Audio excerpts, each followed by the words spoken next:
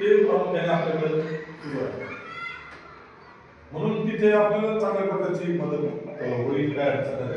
माझे सदस्य active member आपल्याकडे गावामध्ये खरं तर खूप चांगल्या प्रकारची परंपरा आहे. गेल्या अनेक वर्षांपासून आपण पाहतो प्रत्येक गोष्टीमध्ये गावकऱ्यांचं खूप चांगल्या प्रकारचं लक्ष आहे आणि एज्युकेशनमध्ये लक्ष असणं ही फार काळाची गरज आहे.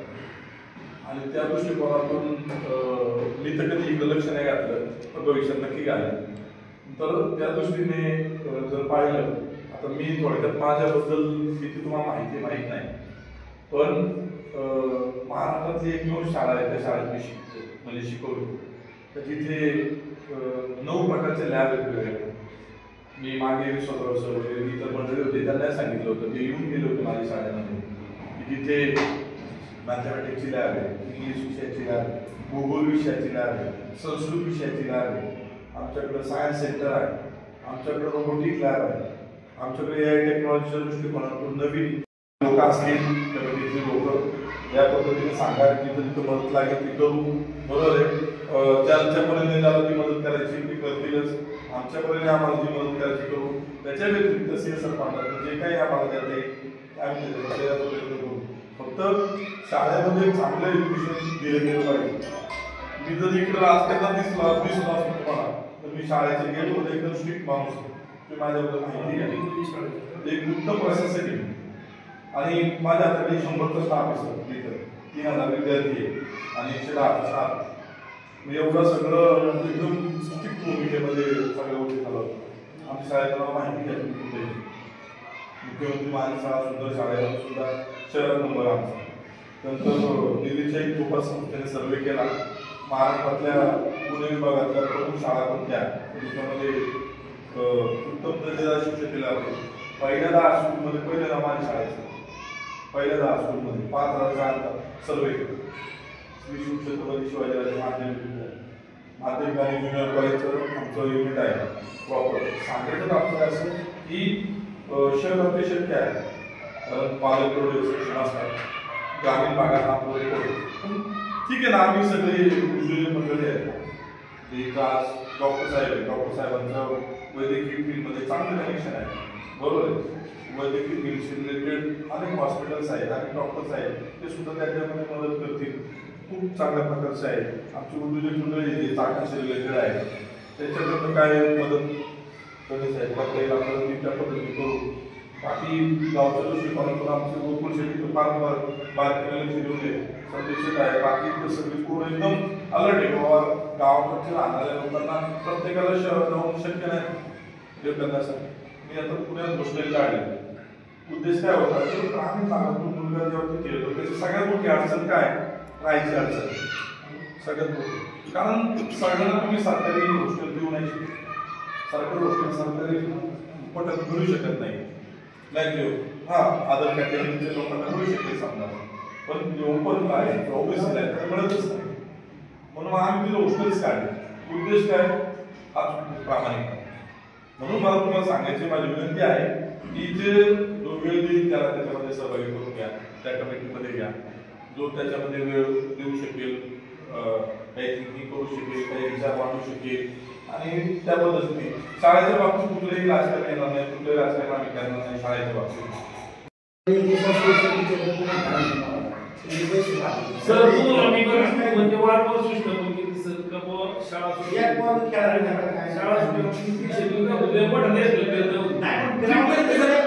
अहो तुम्ही 4 तास बोललो आपण ऐका ना आपल्या शाळेत चुकलो. अहो 2-4 तास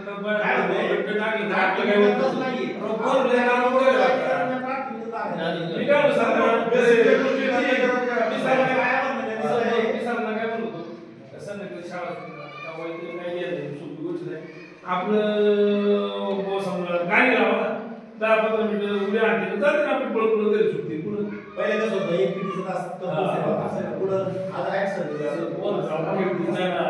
शाळेत शिक्षक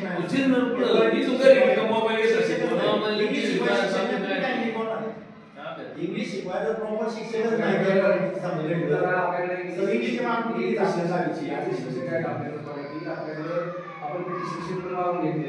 कधी सर संबंध आले शाळा जुलैला चालेल ते काढायचं. जुलैला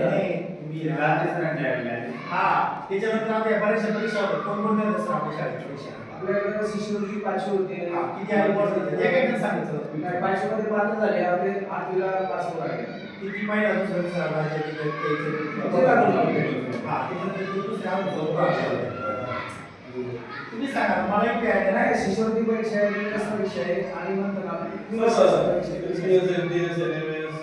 बस आपले आहेत ना काय गणित ते विद्यार्थी सहभाग दोन उपक्रम येतो वेळापत्रक येतं म्हणून ना तो भाग नसा त्याच्यात पुन्हा त्या पद्धतीची शिक्षक 2 मिनिटात तुम्ही ऐका आम्ही काय गोष्ट आहे मी सांगताय ना मी त्या गोष्टी लिहिले आहेत ना मी जो मोबाईल हे स्कॉलरशिप वर आणि नुसतं ज्ञान बसवून आणले ना हा विषय तो पुढची बास त्यात ना ज्याच्या हाईट तो बास ना 100च्या 10 बसते ना तर दाव्यात एक तर आपण सगळी बसते पण आणि पण पण आधी ठिकाणी लिहिली आता पण त्यांची परीक्षा आहे.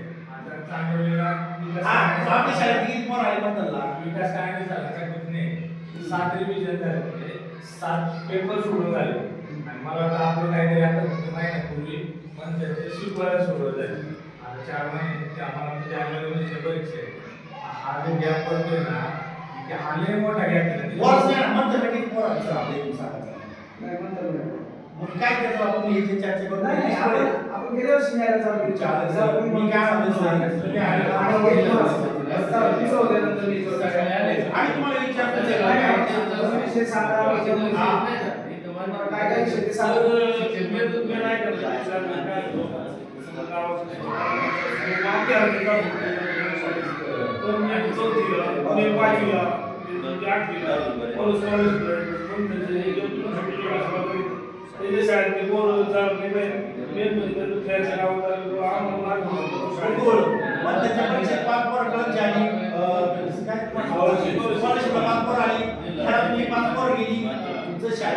चर्चा करून आणि तुम्हाला सांगतो गावात प्रत्येक बॅच कोण ना काही ना काही आणखी पुढे तुम्ही मागायचे आणि सर तुम्हाला तयारी चालू होतायची.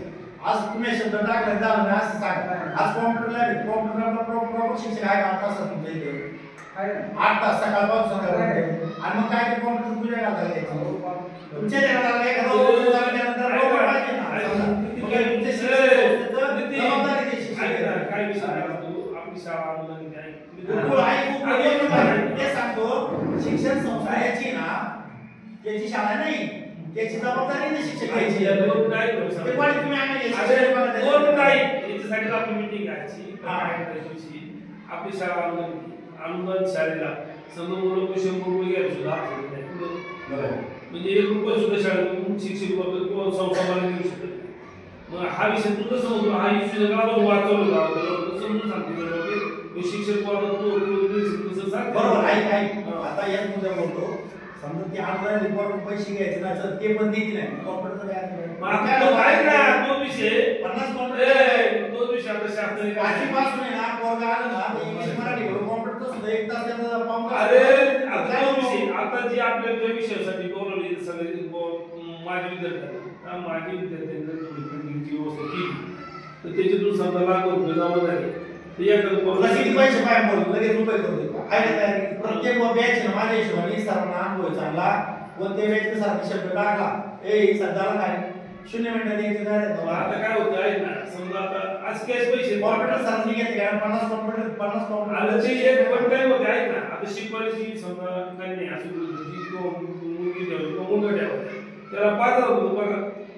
आणि ही शिक्षण संस्था चालकाची पण जबाबदारी आहे शाळेत मुलांना शिक्षण द्यायची आणि तो विषय बेस पॉइंट काय आहे आपण शिक्षकांना यांना नाव नाही देऊ शकतो यांना एवढं काम घेतली जास्त करतात तुझी जास्तीची गरज आहे ती आपण पूर्ण करायचं आपण करायची किंवा संस्था चालवतो ते आपण करून घ्यायचं संस्था चालकाला त्याने शिकवलं तासभर निघून गेला रुपयाची मदत नाही त्याच्यात प्रत्येक शाळेमध्ये शिक्षक पालक संघाची स्थापना दरवर्षी त्या शिक्षक पालक संघाच्या स्थापनेचा हेतू काय असतो त्या पालकांनी त्या प्रशासनाकडे संस्था चालकाकडे आणि यांच्याकडे दुवा साधून या गोष्टी परिपूर्ण करून घ्यायच्या. म्हणजे मागचे शिक्षक पालक संघ काही नसते झोपायला होते का तिथं मुद्दा असते पण मग मला काय म्हणायचं जी लोक तिथं निवडून जातात जी लोक त्या कमिटीत जातात मला स्वच्छते काम करायचे त्यांनी तर पाठपुरावा करून इथून मागे करून घ्यायला पाहिजे ना. बोला साहेब समजा इथं हे आहे सर आता सांग तुम्ही संपर्क साधा शिक्षक मालक सांगत नाही त्याला अधिकार संस्था मालकाला समजा आता एक शिक्षण जरी द्यायचं तर सगळी 8 लोक द्यायची. तुम्ही सांगा 5,000 शिक्षण बोलत 15,000 महिन्याला कशा पगार दिली तुम्हाला पण काय करायला तसं नाही मग ती काही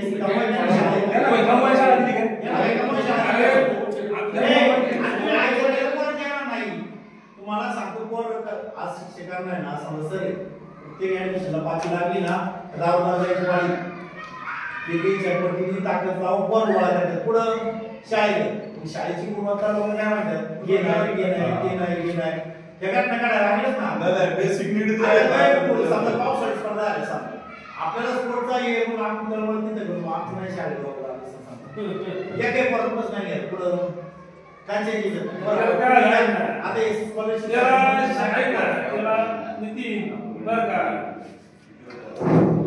त्याला शाळेची जबाबदारी पण आपली जबाबदारी नाही आपण आपली शाळा बघत आपल्याकडे नाही एक काम येत होतं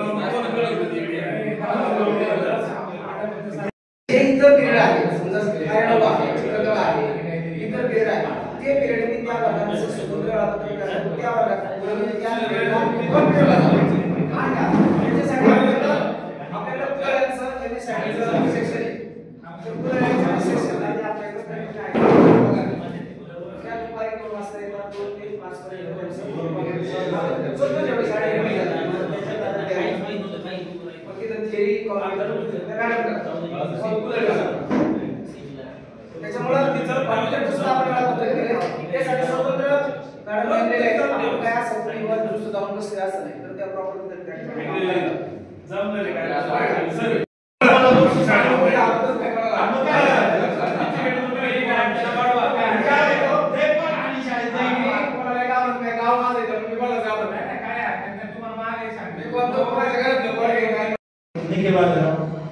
नीती बालेराव सुहास कर्णे श्यामजी बालेराव अभिजित बालेराव संदीप सुशील विसाक सोमनाथ सुशील कर्णे अमोल साळवे तुषार थोरात सुनील कानाडे संतोष बालेराव बालेराव तुम्हाला खरं सांगू अध्यक्ष म्हणून कोण निवडतो माहिती की सचिन बोलतो नाही वेळ देणारा माणूस करा.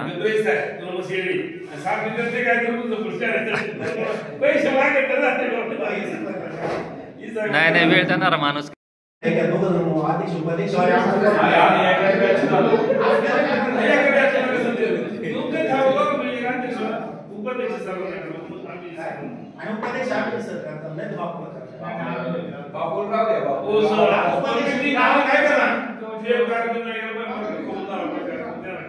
कसे वेळ देणारा माणूस द्या म्हणजे काय होतंय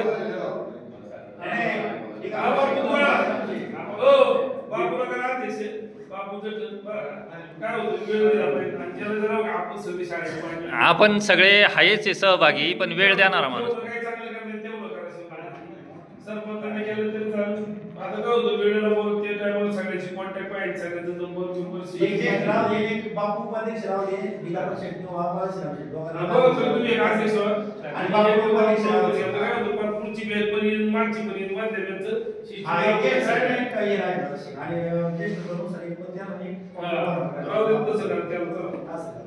सरपंचाला अध्यक्ष बापू करून उपाध्यक्ष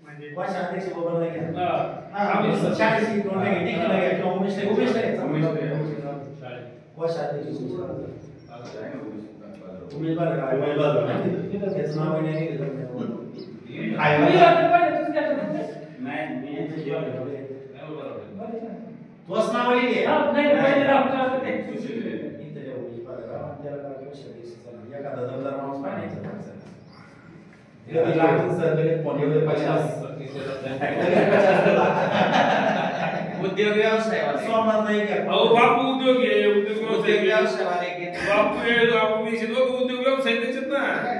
आता काय नाही आता काही सदस्य आहेत ना हे आलेच त्याच्यात स्थानिक नोकरी करणारा सगळे आम्ही व्यवसाय माझी विद्यार्थी सर ते तुम्ही तुमच्या गेला बोलले जाऊ काय बोलणार पदामध्ये पण गावाला इथे चर्चा करा. तू बाहेर गेला. बाहेर गेलो पण बोललं का आमचं मोकळ्या बोलते म्हणा तर मला व्हायचे मोकळ्या आम्ही आमच्या मनात मांडले तुमच्या तर तुम्ही कशी यांनी सेवानिवृत्त अधिकारी. याच्यामध्ये ऐका सर हो ऐका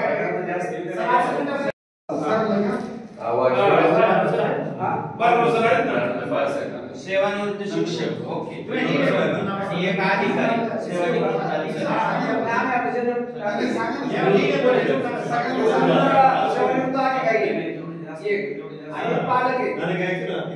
सेवानिवृत्त अधिकारी बघा तू शाळेत सर त्याची थोडी आठवण दुसरं कोणतरी बघा शाळेवर बेकर नाही ते विचारचं करा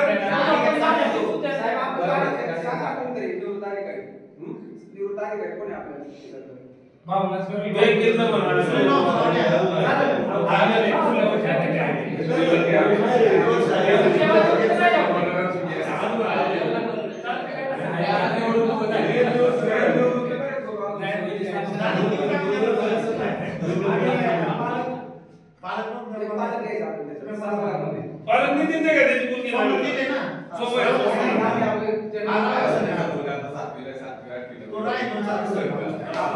शिक्षकमध्ये निवृत्त सरांचं नाव घेतलं साहेबांचं निवृत्त अधिकारी आणि सोमनाथ दादांचं नाव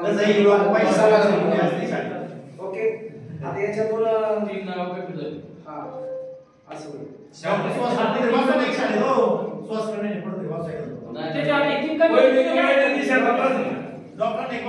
ऐका ऐका सल्लागारमध्ये वैद्यकीय मध्ये सल्लागार पण त्यांना सल्लागारमध्ये नाव टाकलं काय अडचण एक नाव वाढलं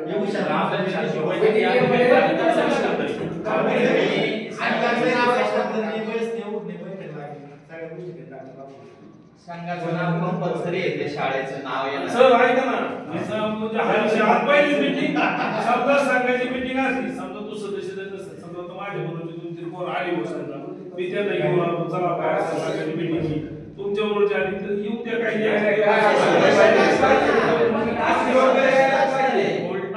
माझी विद्यार्थी सगळे सभासदच असणार आहेत ना सगळे तुम्ही कार्यकारी सदस्य आहात ते सभासद आहेत ना सर महिला माझी- बघा. पुरुष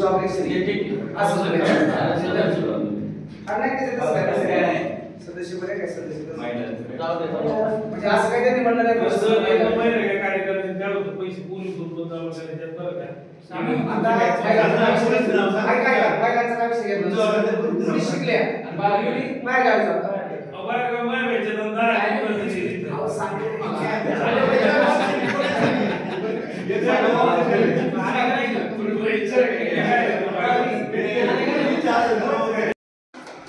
शालेय शिक्षण आणि क्रीडा विभाग महाराष्ट्र शासन यांच्या वतीने 1 ऑक्टोबर 2025 रोजी एक परिपत्रक जाहीर करण्यात आलं. आपण सगळेजण एक माजी विद्यार्थी म्हणून आपल्या मनामध्ये तळमळ असतेच की शाळेविषयी काहीतरी आपण केलं पाहिजे. त्या ऋणातून मुक्त होण्यासाठी आपण आर्थिक असेल वेगवेगळ्या प्रकारचं सहकार्य शाळेसाठी देत असतो. परंतु आता हा संघ जो आहे तो आता आपल्याला प्रोसिडिंग मध्ये आलेला आहे, कागदावर आलेला आहे आणि त्याचा हिशोब असेल काय असेल बॉडी असेल ती आता सगळी रजिस्ट्रेशन होणार आहे. त्यामुळे आज आपण या ठिकाणी या माजी विद्यार्थी संघाची स्थापना करण्यासाठी विद्यालयामध्ये आपण सर्वांना आम्ही निमंत्रित केलं. आपण सर्वजण या ठिकाणी मोठ्या संख्येने उपस्थित झाला आणि अगदी खेळीमेळीच्या वातावरणामध्ये यामध्ये असणारी जी पदसिद्ध पदं आहेत त्यामध्ये अध्यक्ष आहेत, उपाध्यक्ष आहेत, कोषाध्यक्ष आहेत आणि याचे जे सचिव आहेत ते विद्यालयाचे विद्यमान प्राचार्य असतील, मुख्याध्यापक असतील. अशा पद्धतीची ही निवड आहे. बाकी सर्व यामध्ये सदस्य आहेत.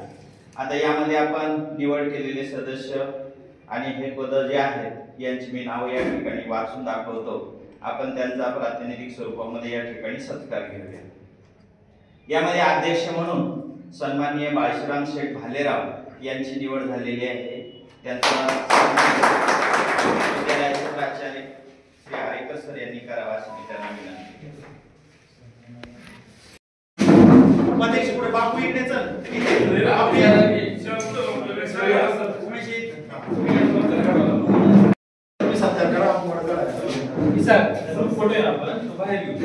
यानंतर उपाध्यक्ष म्हणून संदेश शेठ भालेराव यांची नियुक्ती झालेली आहे। त्यांचाही सन्मान प्राचार्यांनी करावा।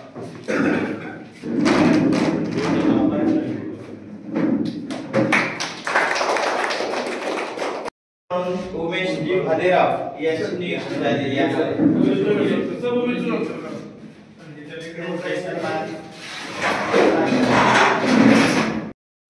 इतर सर्व सदस्यांचा शब्द सुमनाने दोन नावाचा आणि तिसरे डॉक्टर उपस्थित त्यांचं मी काय आता हे खातो करू शकतो या पहिला पुढे घे। या पुढे त्याला एक माईक घ्या म्हटलं इथे लावायचं होतं ते आघाडी झाली।